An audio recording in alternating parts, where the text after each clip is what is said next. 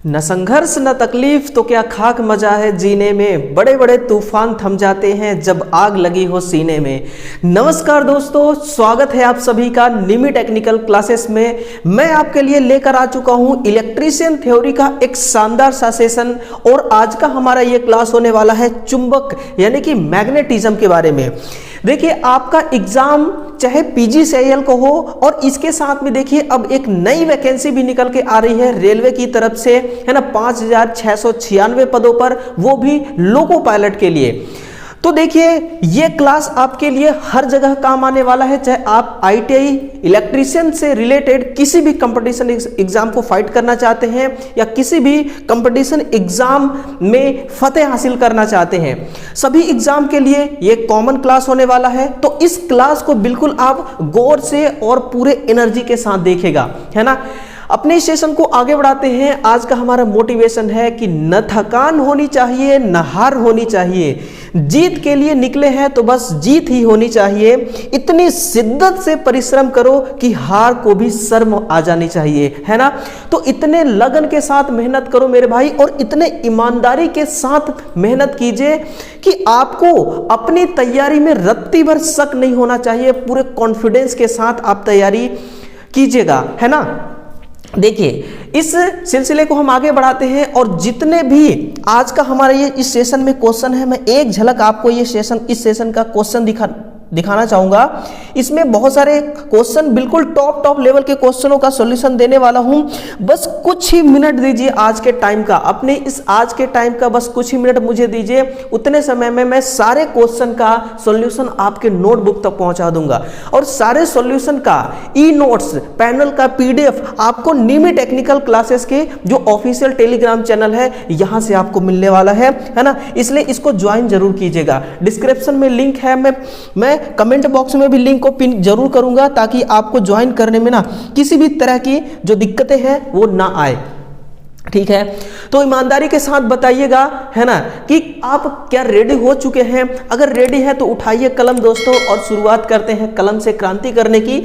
पहला क्वेश्चन जैसा कि आपके सामने है, बाय लैंग्वेज क्वेश्चन है कि it is the largest percentage components by weight in permalloy. यानी कि क्वेश्चन क्या कह रहा है, हिंदी में भी पढ़िए कि परम एलॉय में वजन के हिसाब से सबसे अधिक प्रतिशतता वाला संघटक जो है ना वो कौन सा है ना। क्या वो इस्पात है, क्या वो निकिल है, क्या वो लोहा है या फिर नाइक्रोम है।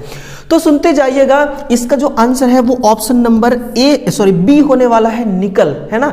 निकल क्या है, ये एक परम एलॉय है। सुनते जाइएगा दोस्तों, ये क्या है, ये एक परम एलॉय है। देखिएगा परम एलॉय जो है ना ये किस किस का मिश्रण होता है, ये निकल का मिश्रण है। किसका मेरे भाई, निकल का, और ये आयरन का, है ना, लोहे का ये मिश्रण होता है परम एलॉय।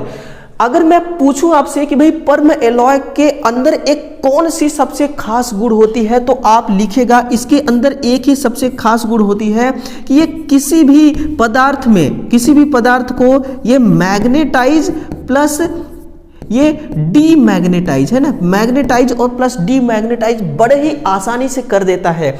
देखिए जैसे कि ये आपका एक क्या है, एक जनरेटर का पोल है ना। ये क्या है, जनरेटर का एक पोल है।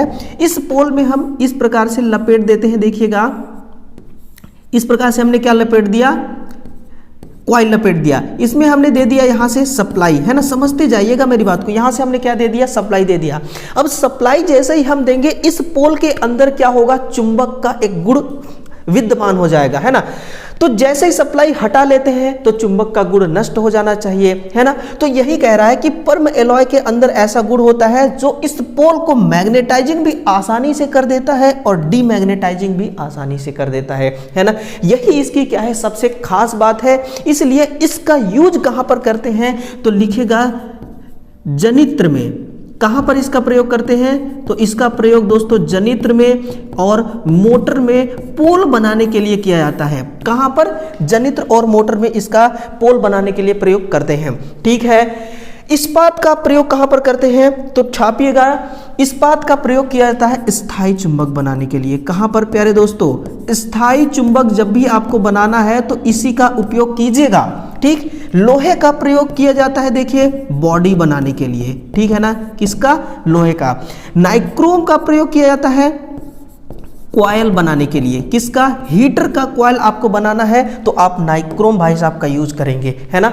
चलिए एक एक चीज दोस्तों मक्खन की तरह क्लियर करूंगा, एक एक चीज बताऊंगा आपको, हर एक चीज बताऊंगा जो आपको पैड क्लास में सिखाया जाता है, जो आपको पैड क्लास में बताया जाता है ना, वो मैं आपको फ्री में देना चाहता हूं। बस प्यार बरसाइएगा दोस्तों, प्यार दीजिएगा, कमेंट बॉक्स में दिल का इमोजी से भर दीजिए कमेंट बॉक्स को, ठीक है ना। आप सबसे मुझे बेहद प्यार है, ठीक है ना। उस प्यार को अगर आप दोस्तों प्यार मुझसे भी करते होंगे तो प्यार को जरूर दिखाइएगा कमेंट बॉक्स में, ओके। फिर है कि कॉर्क स्क्रू किस पैरामीटर्स को प्रदर्शित करता है, वही ऑप्शन 4 है आपके पास, flux density, electric field, magnetic field, magnetic lines of force, है ना। कॉर्क स्क्रू नियम जो है, ये जो पैरामीटर है ये किसे रिप्रेजेंट करता है, तो देखिए ये करता है मैग्नेटिक लाइंस ऑफ फोर्स को, किसको, मैग्नेटिक लाइंस ऑफ फोर्स को ये रिप्रेजेंट करता है। मैं आपको फीलिंग के साथ बता रहा हूं, आप एक आईटीआई होल्डर स्टूडेंट हैं या तो आईटीआई कर रहे हैं या फिर कर चुके हैं, आपको भली भांति से पता है स्क्रू ड्राइवर, है ना। स्क्रू ड्राइवर लीजिए और एक पेच लीजिए छोटा सा, ठीक है ना, उसको क्या कीजिए, उसको ये जो भाग दिख रहा है आपको ना, यहाँ पर क्या बना है, स्लॉट बना है, थ्रेड बना है दोनों में, है ना। इस थ्रेड में स्क्रू ड्राइवर को लगाइए। पेच को हम स्क्रू ड्राइवर से या तो खोलते हैं या फिर कसते हैं, है ना, जो भी आप करिए। इसमें देखिए, इसमें स्क्रू ड्राइवर से कसी जा रही है पेच को, इसमें खोली जा रही है पेच को।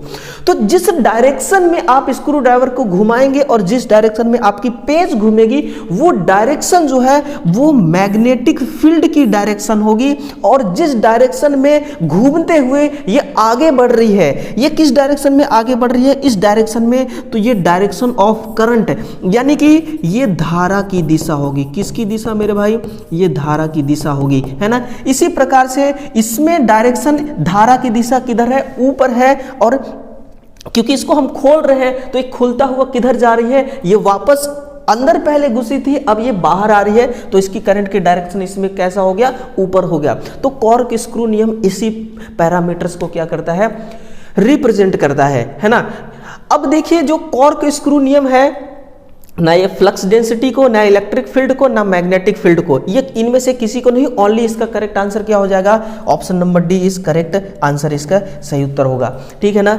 चलिए, एक टेस्ला किसके बराबर होता है, वन लाइनर क्वेश्चन है, बार बार पूछा जाता है ना, हर जगह पूछा जाता है कि 1 टेस्ला किसके बराबर होता है, तो ये 1 वेबर प्रति मीटर स्क्वायर के बराबर होता है, ठीक है ना। 1 वेबर प्रति मीटर स्क्वायर के बराबर होता है।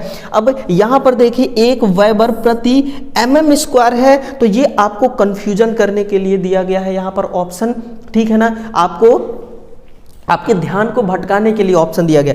देखिए जब भी एग्जामिनर मेरे भाई क्वेश्चन बनाता है ना, तो 4 ऑप्शन आपके सामने ऐसा वो रखेगा कि आप पूरी तरह से कंफ्यूज हो जाएं और करेक्ट आंसर तक ना पहुंचे। लेकिन आपकी तैयारी अगर दमदार तरीके से हुआ है ना, क्वेश्चनों को अगर आपने समझा है, कंटेंट को आपने दोस्तों पिया है, कंटेंट को आपने जाना है, तो फिर आपको कितना भी कंफ्यूजन करने की कोशिश क्यों ना किया जाए, आप कंफ्यूज नहीं हो सकते हैं। इसी को कही जाती है कॉन्फिडेंस, ठीक है ना, आत्मविश्वास। नेक्स्ट है कि the ratio of magnetising intensity and magnetising force is called, जिसको हम कहते हैं चुंबकन तीव्रता और चुंबकन बल के अनुपात को क्या कहा जाता है। क्या उसको विशिष्ट चुंबकन कहते हैं, क्या उसको अवशिष्ट चुंबकन कहते हैं, क्या उसको सुग्राहिता कहते हैं, तो उसको हम क्या कहते हैं, कोअर्सिविटी, यानी कि निग्राहिता, इसको हम क्या कहते हैं, निग्राहिता, है ना।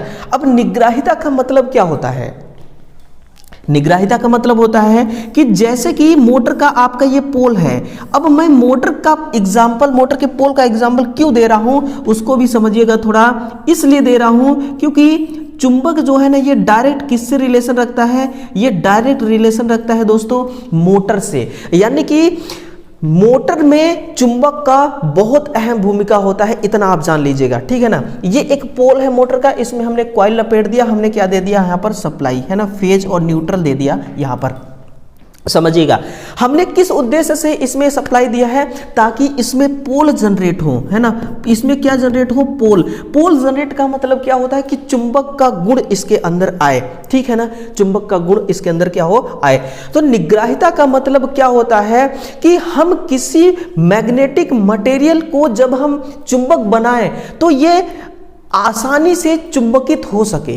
क्या हो सके कि आसानी से चुंबकित हो सके, आसानी से चुंबकन हो, विचुंबकन हो, ये आपको नहीं समझ रहा है, आसानी से ये चुंबकित हो सके, उसी को रिप्रेजेंट करता है निग्राहिता। ये होती है निग्राहिता, है ना। विशिष्ट चुंबकत्व किस चिड़िया का नाम है, तो इस BH कर्व को आप ध्यान से देखिएगा। मैं थोड़ा सा यहाँ पर डिटेल में आपको बताने की कोशिश करूंगा कि H क्या होता है, मैग्नेटाइजिंग फोर्स, और B क्या होती है, फ्लक्स डेंसिटी, है ना। समझिएगा, जैसे कि ये एक क्या है, ये एक पदार्थ है ना, लोहे का ये एक क्या है, पदार्थ है। ध्यान से समझना इस बात को, लोहे का एक पदार्थ है। हमने क्या कर दिया, इस लोहे के पदार्थ में इस प्रकार से लपेट दिया, इसमें तार लपेट दिया, ठीक ना। इस प्रकार से तार लपेट करके हमने इसको सप्लाई से कनेक्ट कर दिया, ठीक है। अब इसी पदार्थ का ये ग्राफ है ना, BH ग्राफ। तो ये H क्या हो गया, B क्या हो गया, मैंने बता दिया। जैसे हमने इसमें सप्लाई दिया, यानी कि मैग्नेटाइजिंग फोर्स का मान हमने इसमें बढ़ाया, वैसे ही फ्लक्स डेंसिटी का मान इसमें बढ़ने लगा। देखिए आप देख रहे हैं ना, यहाँ पर बढ़ रही है। आप इसको फोर्स को बढ़ाते गए, बढ़ती गई। हमने इसमें सप्लाई क्यों दिया, ताकि इसमें मैग्नेट का गुण आए, है ना। अब हर चीज का एक देखिए दायरा होता है, हर चीज का अपना एक लिमिट होता है। जैसे मेरा भी कुछ लिमिट होगा, आपका भी कुछ लिमिट होगा। जैसे कि मान लीजिए, बाय द वे, आप 50 kg वेट उठाते हैं, है ना, लेकिन कभी इमरजेंसी आ गई तो आप 55 kg का वेट उठा लेंगे, है ना। जोश में आप 56 kg का भी वेट उठा लेंगे। अगर उससे भी ज्यादा इमरजेंसी है तो 57 kg 58 kg का वेट उठा लेंगे। इससे ज़्यादा आप नहीं उठा पाएंगे, क्योंकि आपका जो लिमिट है ना, इतना ही है ना। तो ऐसे ही इसका भी होता है, इस पदार्थ का भी होता है कि जब हमने इसको मैग्नेट बनाने के लिए सप्लाई दिया तो इसमें मैग्नेट का गुण आ गया। ऐसा नहीं होता है कि हम सप्लाई बढ़ाते जाएं और चुंबक का गुण बढ़ता जाए, ऐसा नहीं होता है। तो ये ग्राफ ये बताता है कि जैसे ही फोर्स को हमने बढ़ाया, फ्लक्स डेंसिटी का मान बढ़ता गया। एक पॉइंट ऐसा आता है कि यहाँ पर अब आप चाहे लाख कोशिश कर लीजिए इसके फ्लक्स डेंसिटी के मान को बढ़ाने के लिए, लेकिन नहीं बढ़ेगा। इस पॉइंट को हम कहते हैं सैचुरेशन पॉइंट, इसको हम कहते हैं संतृप्त अवस्था। इसको क्या कही जाती है, संतृप्त अवस्था, ठीक है ना। फिर हमने क्या किया कि मैग्नेटाइजिंग फोर्स को हम क्या करते हैं, अब हटाते हैं, यानी कि सप्लाई के मान को हम कम करते हैं, और हम चाहते हैं कि जिस हिसाब से फ्लक्स डेंसिटी बढ़ी है उसी हिसाब से फ्लक्स डेंसिटी 0 आ जाए। क्योंकि मोटर में ऐसा ही होता है ना, मोटर में जो पोल जनरेट होते हैं, हमने सप्लाई दिया, पोल बन गया, सप्लाई हटा दिया, पोल 0 हो जाना चाहिए, यानी कि चुंबक का मान 0 हो जाना चाहिए। लेकिन ऐसा होता नहीं, हमने फोर्स को हटाया, कम किया, लेकिन इसने तो कम हुआ, लेकिन पूरा कम नहीं हुआ। होना यहाँ चाहिए था, क्योंकि स्टार्ट यहाँ से हुआ था, लेकिन ये हुआ नहीं, यहाँ तक आया नहीं, ये यहाँ पर आके रुक गई, है ना। अगर इस पॉइंट को मैं O नाम दे दूं और ये B है, तो O और B के बीच में जो गैप है, इसी को कही जाती है अवशिष्ट चुंबकत्व। और इसका प्रयोग कहां पर करते हैं, जनरेटर में करते हैं। कहां पर, डीजल जनरेटर जो होता है वहीं पर इसका इस्तेमाल किया जाता है, रेजिडुअल मैग्नेटाइजिंग का, है ना। तो एक चीज ये होगी आपकी क्लियर। कोअर्सिविटी किसको कहते हैं, तो कोअर्सिविटी का काम क्या है कि अवशिष्ट चुंबकत्व, मैं यहां पर लिख दे रहा हूं कि जो आपकी, है ना, जो अवशिष्ट चुंबकत्व होता है ना, अवशिष्ट चुंबकत्व को समाप्त करना, ये किसका काम है, ये कोअर्सिविटी का काम है। कोअर्सिविटी का काम क्या है कि ये जो रेजिडुअल मैग्नेटाइजिंग है, इसको कौन समाप्त करेगा, तो ये कोअर्सिविटी इसको बिल्कुल समाप्त करेगी, है ना। कोअर्सिविटी इसको क्या करेगी, 0 करेगी, ठीक है ना। सब ओके रिपोर्ट है। किसी भी प्रकार की कोई अगर आपको समस्या है, समस्या आती है, आपके मन में आती है, आपके दिलो दिमाग में आती है, तो कमेंट बॉक्स जिंदाबाद है। आप तुरंत कमेंट कीजिएगा, आपके हर कमेंट का बड़े शिद्दत से हम रिप्लाई करेंगे, ठीक है ना। आपसे ये मेरा वादा है, ठीक है। और वीडियो को यार शेयर कर दो, है ना। ये जो इस समय का टाइम चल रहा है ना, इस समय का जो माहौल चल रहा है ना, बड़ा माहौल गर्म है दोस्तों, क्योंकि इलेक्शन को लेके भी माहौल गर्म है, एग्जाम को लेके भी माहौल गर्म है।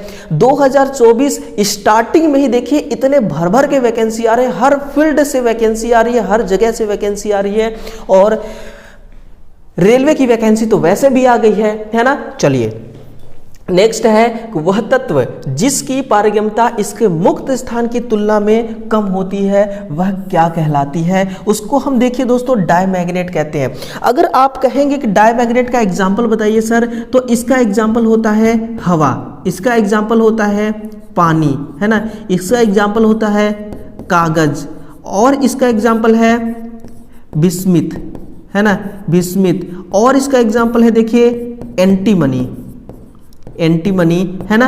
ये सारे क्या है, इसके एग्जाम्पल हैं।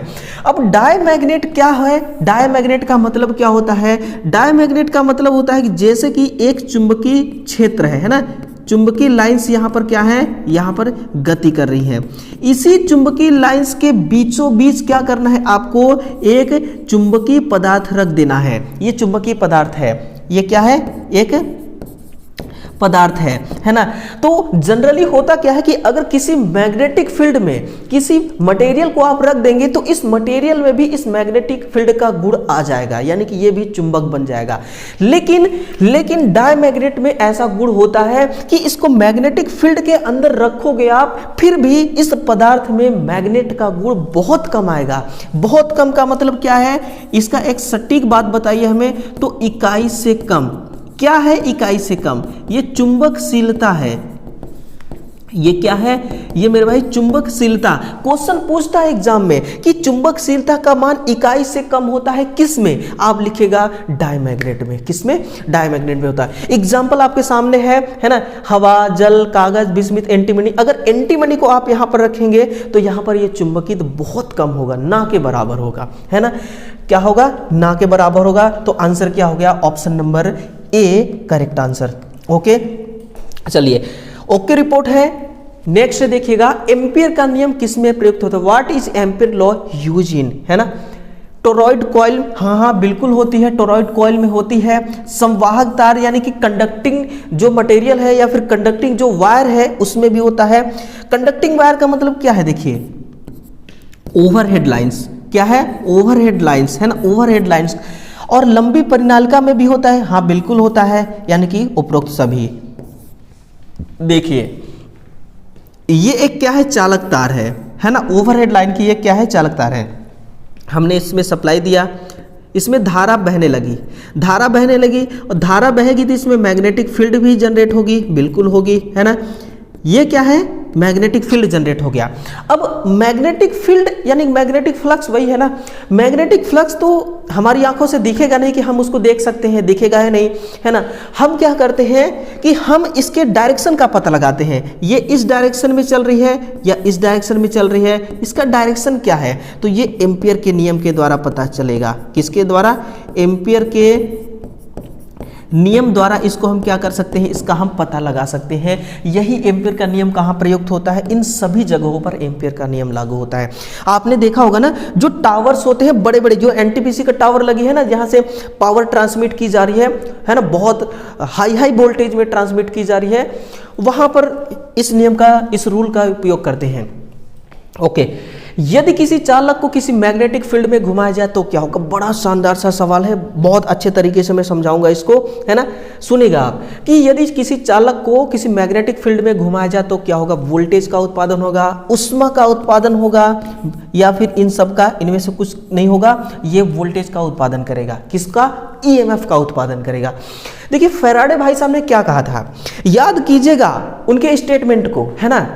जैसे आप शायरी वगैरह याद कर लेते हैं ना, सारी गाने याद हो जाते हैं, वैसे ही इनका स्टेटमेंट भी आप याद करिएगा, बहुत काम की चीज है। इन्होंने क्या कहा था कि अगर किसी कंडक्टर को हम किसी मैग्नेटिक फील्ड के अंदर रख दें, है ना, या तो हम मैग्नेटिक फील्ड को घुमाएं या तो हम कंडक्टर को घुमाएं, तो उसमें हमें एक एनर्जी मिलेगी, जो क्या है, जिसको हम नाम देते हैं जनरेटेड ईएमएफ, विद्युत वाहक बल। और विद्युत वाहक बल क्या होता है, वोल्टेज होता है ना। तो वोल्टेज का उत्पादन होगा। यहां तक की बातें समझ में आ गई। इसका प्रयोग कहां पर करते हैं, मतलब कि चालक को किसी मैग्नेटिक फील्ड में घुमाया जा रहा है, इसका प्रयोग हम करते हैं जनित्र में। कहां पर? जनरेटर में। कौन सा जनरेटर? जो आपका डीजल इंजन होती है ना, जो शादी वगैरह होती है ना, पार्टी वार्टी होती है तो डीजल इंजन लाते हैं अपन, है ना, लगाते हैं हैंडल और उसको दे दनादन घुमाते हैं, फिर उसमें वोल्टेज बनता है, सप्लाई आती है, फिर उससे हम अपना काम करते हैं ना। तो उसी डीजल इंजन में हम प्रयोग करते हैं इस सिस्टम का, इस फिनोमिना को, ठीक है ना। तो वोल्टेज का उत्पादन होता है, ठीक है। तो इसका आंसर क्या हो गया? वोल्टेज का उत्पादन। करेक्ट आंसर क्या है? वोल्टेज का उत्पादन होना। ओके ना। यहां पर अब एक और आप इंटरेस्टिंग बात सुनिए कि एक साइंटिस्ट थे हमारे, उनका नाम था विलियम गिलबर्ट, है ना, गिलबर्ट। ये क्या है? एक साइंटिस्ट है। इनका स्टेटमेंट क्या है? इनका कोई स्टेटमेंट नहीं है, इनका कहना है, इनका जो योगदान है, इन्होंने क्या योगदान दिया कि कृत्रिम चुंबक का आविष्कार किया, है ना। किसका आविष्कार किया? कृत्रिम चुंबक का। फिर आए हमारे फैराडे भाई साहब, है ना, फैराडे भाई साहब। इन्होंने क्या कहा? इन्होंने कहा कि हम चुंबक से क्या बना सकते हैं? विद्युत। क्या बना सकते हैं? विद्युत। चुंबक से हम विद्युत बना सकते हैं। फिर इन्होंने एक और तिगड़म दिमाग लगाया। क्या दिमाग लगाया? कि भाई हम विद्युत बना सकते हैं चुंबक से, तो हम विद्युत से चुंबक भी बना देंगे, है ना। हम खिलाड़ी कम नहीं है। यानी कि चुंबक कहां से आया?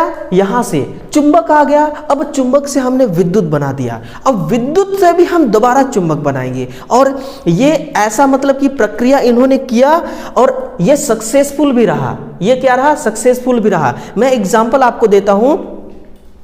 जैसे कि जनरेटर जो होता है उसमें क्या होता है? चुंबक ही होता है। नहीं, जनरेटर आप एग्जांपल में डायनामो लीजिए। डायनामो जो होता है या फिर जो चुंबक ही होते हैं, चुंबक के बीचों बीच अगर आप किसी कॉइल को घुमाते हैं, है ना, तो उसमें से ईएमएफ जनरेट हो जाता है। ईएमएफ क्या है? विद्युत ही है, पावर ही है ना। तो वो क्या है? इलेक्ट्रिसिटी जनरेट हो जाती है। फिर उस इलेक्ट्रिसिटी से अगर आप चुंबक बनाना चाहें, अस्थायी चुंबक बनाना चाहें, तो वो भी पॉसिबल है, वो भी पॉसिबल है। यानी कि इन्होंने जो कहा था ना, तो बिल्कुल सही बात कहा था, इन्होंने बिल्कुल सही बात कहा था, है ना। तो ये रही वो इंटरेस्टिंग बात। और वोल्टेज का उत्पादन वैसे भी मैंने आपको पहले ही करके दिखा दिया, ठीक है ना। चीजें समझ में आ रही होंगी दोस्तों। जब भी क्लास खास तौर पर मेरा देखा करिए आप ना इस इलेक्ट्रिशियन थ्योरी का, तो नोटबुक अपने पास रखिएगा, कलम अपने टच में रखिएगा, है ना, क्योंकि आप कर रहे हैं कलम से क्रांति। और यही कलम है दोस्तों, यही आपकी सबसे बड़ी ताकत होती है, सबसे बड़ी ताकत होती है ना। अपने इस ताकत को मत भूलिएगा। निम्नलिखित में से भंवर धारा प्रभाव का प्रयोग कहां किया जाता है? In which of the following eddy current effect is used? इसका प्रयोग एक्सेलरोमीटर में, बिल्कुल, गतिमापक में, इंडक्शन मोटर में, विद्युत चुंबकीय प्रेरण में। एक और ऑप्शन यहां पर होना चाहिए, वो होना चाहिए आपका इलेक्ट्रोमैग्नेटिज्म ब्रेक। इलेक्ट्रोमैग्नेटिज्म ब्रेक, यहां पर भी इसका इस्तेमाल किया जाता है। इलेक्ट्रोमैग्नेटिज्म ब्रेक लगाने के लिए भी हम एडी करंट प्रभाव का प्रयोग करते हैं। यानी कि फिलहाल ऑप्शन नंबर डी ही करेक्ट आंसर होगा ना, ऑल दिस। देखिए, जो भंवर धारा है ना, इसका प्रयोग हम कहां पर करते हैं? विद्युत भट्ठी, है ना। एक वात्या भट्ठी भी होता है, देखिएगा, वात्या भट्ठी नहीं, विद्युत भट्ठी, है ना। कहां पर करते हैं हम? विद्युत भट्ठी में उपयोग करते हैं। आपने देखा होगा एक बॉयलर, जो एनटीपीसी में स्टीम के जरिए हम पावर जनरेट करते हैं ना, वहां पर भी एक होता है बॉयलर। बॉयलर भी क्या है? एक भट्टी है। कोयले से हम वहां पर भट्टी में क्या करते हैं? स्टीम तैयार करते हैं। यानी कि जो बॉयलर है उसमें हम कोयला जलाएंगे और स्टीम बनेगा, हीट जनरेट होगी। उसका आकार जो है ना बहुत बड़ा होता है। आप कभी एनटीपीसी में जाइएगा या फिर आप एनटीपीसी के कहीं भी छोटे मोटे प्लांट होगा वहां पर जाइएगा, देखिएगा जो बॉयलर होता है ना उसका आकार बहुत ज़्यादा होता है और वहां पर हीट जनरेट होती है। जस्ट उसी के जैसा होता है विद्युत भट्ठी। विद्युत भट्ठी आकार में छोटी होती है लेकिन फिर भी इतना पावरफुल होती है कि एडी करंट इफेक्ट का प्रयोग करके वहां पर जो बॉयलर में हम हीट जनरेट कर रहे हैं ना, उससे भी ज्यादा हीट जनरेट हो जाती है विद्युत भट्टी में। अगर कंपेयर किया जाए तो ये कंपेयर आप करिएगा, है ना। बॉयलर और विद्युत भट्टी का कंपेयर जो है ये गजब का कंपेयर है ना। सीजीएस प्रणाली में चुंबकीय प्रेरक बल के इकाई का नाम क्या है ना, बताइएगा। गिलबर्ट होगा, मैक्सवेल होगा, गॉस होगा या ओरस्टेड होगी, है ना। अब कुछ लोग यहाँ पर कंफ्यूज होंगे, मैक्सवेल की तरफ जाएंगे, कुछ गॉस की तरफ जाएंगे, लेकिन इतना तो है कि ओरस्टेड की तरफ कोई नहीं जाएगा, है ना। ये तो कंफर्म हो गया, ओरस्टेड की तरफ कोई नहीं जाएगा। गॉस, मैक्सवेल, गिलबर्ट, इसका आंसर है गिलबर्ट। मैक्सवेल किसका सीजीएस मात्रक है, ये फ्लक्स का भाई साहब, किसका, ये फ्लक्स का, याद रखिएगा। गॉस किसका है, ये फ्लक्स घनत्व का, ये किसका है, ये फ्लक्स घनत्व का है ना। गॉस सीजीएस यूनिट है फ्लक्स घनत्व का, मैक्सवेल फ्लक्स का, गिलबर्ट किसका है, चुंबकीय प्रेरक बल। चुंबकीय प्रेरक बल का मतलब क्या होता है, एमएमएफ, है ना, कंफ्यूज नहीं होना है आपको। एमएमएफ ही इसका करेक्ट मतलब कि चुंबकीय प्रेरक बल क्या है, एमएमएफ ही होगा, है ना। ये है। किसी पदार्थ का रिलक्टेंस कैसे ज्ञात किया जा सकता है, ये आपके लिए एक थोड़ा सा टफ क्वेश्चन है ना, टफ क्वेश्चन है। और इसका देखिए, आपको कभी नहीं कहेगा रिलक्टेंस ज्ञात करके बताइए, क्योंकि आईटीआई का सिलेबस सबसे नीचे का सिलेबस होता है।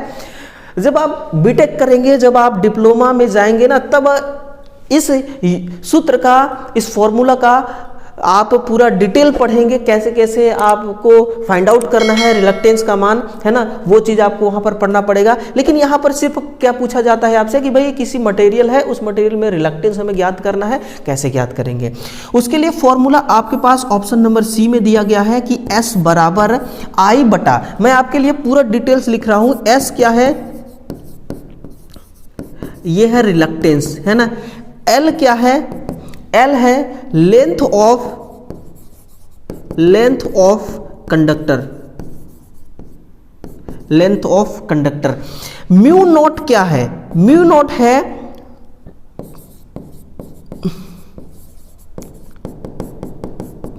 Permeability of vacuum. अगर आप कहेंगे सर वैक्यूम की चुंबकशीलता आप बताइए, है ना, परमेबिलिटी का मान बताइए, तो इसमें होता है 4 पाई गुणे 10 की घात 7 हेनरी प्रति मीटर। ये इसका मान है, एग्जाम में पूछा जाता है, छापिएगा, है ना। म्यू आर का मान होता है, कोई एक मटेरियल है ना, कोई एक मटेरियल है, उस मटेरियल की रिलेटिव परमेबिलिटी, रिलेटिव परमेबिलिटी, है ना, परमेबिलिटी ये होती है। और ए क्या है, ए का मतलब होता है cross section, cross sectional area of conductor, है ना, ऑफ कंडक्टर। तो पूरा डिटेल से लिख दिया मैंने। ऑप्शन नंबर सी इसका सही आंसर होगा, है ना। ऑप्शन नंबर सी क्या है, इसका करेक्ट आंसर होगा। छापते रहिएगा, हर एक क्वेश्चन अपने आप में देखिए अलग ही लेवल का है, और हर एक कंटेंट देखिए आपको इतनी आसानी से मिलेगी भी नहीं कहीं पे, है ना। तो ध्यान से सुनते रहिएगा। किसी पदार्थ का वह गुण जो सरलता से व्याख्या करता है, जो मैग्नेटिक फ्लक्स भाग में स्थापित करता है, वह क्या है, इसको हम पारगम्यता कहते हैं।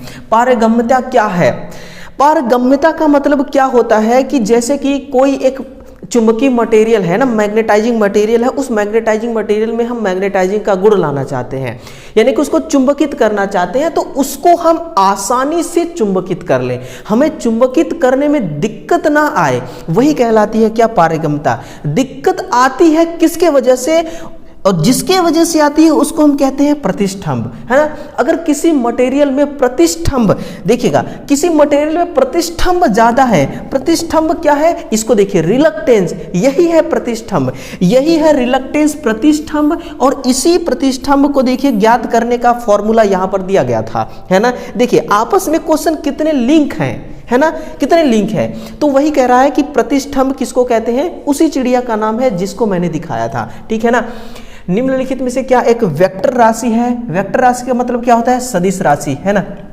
ये होता है चुंबकीय क्षेत्र की तीव्रता, इसको H से दर्शाया जाता है, H बराबर N इंटू I बटा L, यानी कि इसका फॉर्मूला होता है एम्पियर एम्पियर टर्न प्रति मीटर। ये क्या है, इसका फॉर्मूला, सॉरी सूत्र, यूनिट है। ये इसका क्या है, ये इसका यूनिट होता है। ओके, चलिए नेक्स्ट है कि कोई पदार्थ है, अपने चुंबकत्व को बनाए रखने के लिए पदार्थ की क्षमता को क्या कही जाती है, ये धारणशीलता है। ये क्या है, ये धारणशीलता है, याद कीजिएगा, ठीक है ना। चलिए नेक्स्ट है, निम्नलिखित में से कौन सा पदार्थ है जिसका BH वक्र सीधा आता है। बहुत ही आसान सा सवाल है, आप हवा की तरफ जाइएगा और करेक्ट आंसर आपका हो जाएगा, है ना। हवा कहिए या फिर वैक्यूम, है ना, हवा कहिए या फिर वैक्यूम, दोनों एक ही बात है। लेकिन मुझे लगता है ना कि यहाँ पर वैक्यूम लिखा होता तो ज़्यादा सही रहता आपके लिए, है ना, समझने के लिए। तो वैक्यूम भी सही है, और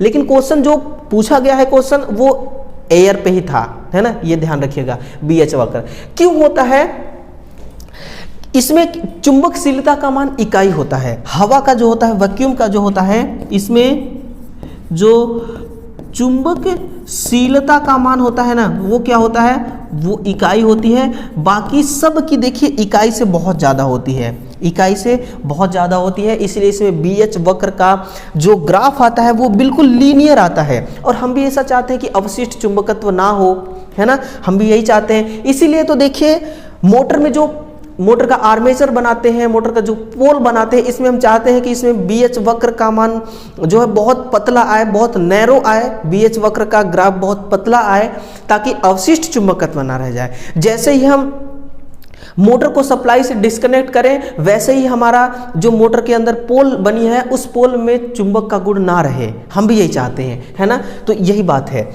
हिस्टैरिसीस चुंबकीय परिपथ में ऐसी परिघटना है जिसके द्वारा क्या होता है, BH से पश्चगामी, HB से पश्चगामी नहीं, HB से पश्चगामी नहीं, इसको सुनिए, magnetising force H, flux density B, ये क्या है, B है, और ये क्या है, H है। ध्यान से सुनिए, हमने H को बढ़ाया तो फ्लक्स डेंसिटी बढ़ा, फ्लक्स डेंसिटी बढ़ा।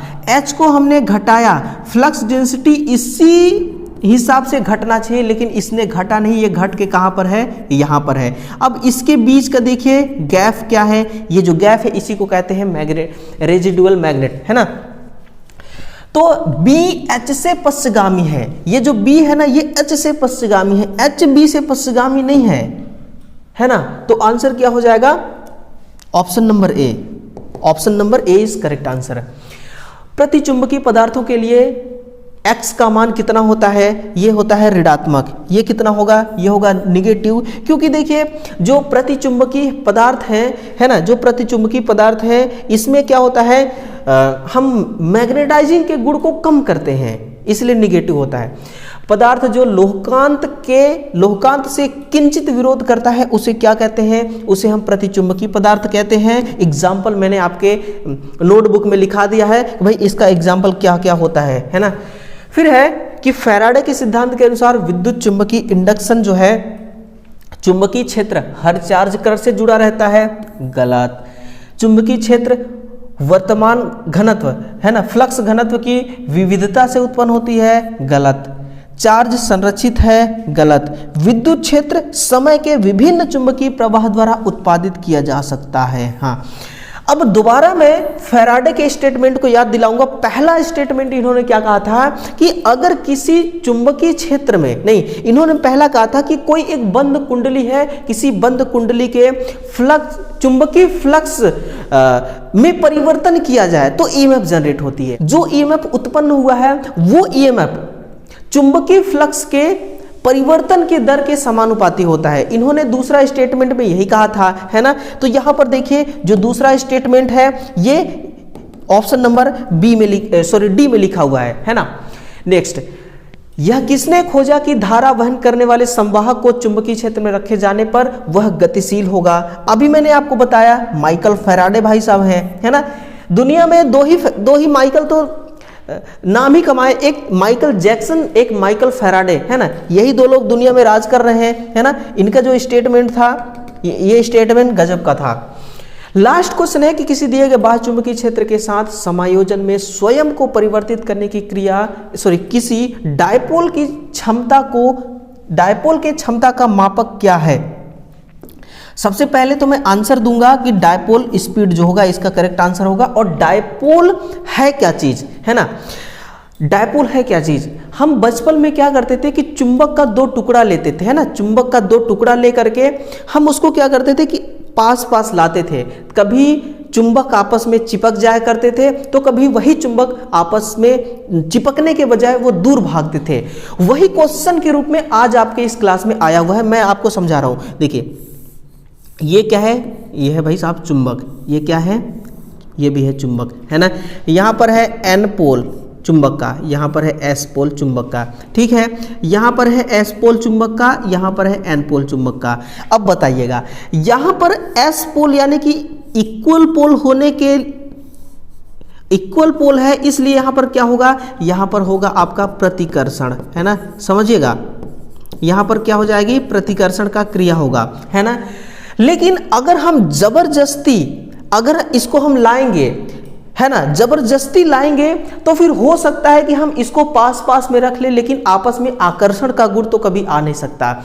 लेकिन अगर इसको हम स्वतंत्र अवस्था में रख दें तो ये क्या होगा कि अपने आप स्वतः ही ये एन पोल उलट करके एस पोल की तरफ चली जाएगी और ये आपस में चिपक जाएंगे, है ना, ऐसा होता है, ठीक है ना, ऐसा होता है।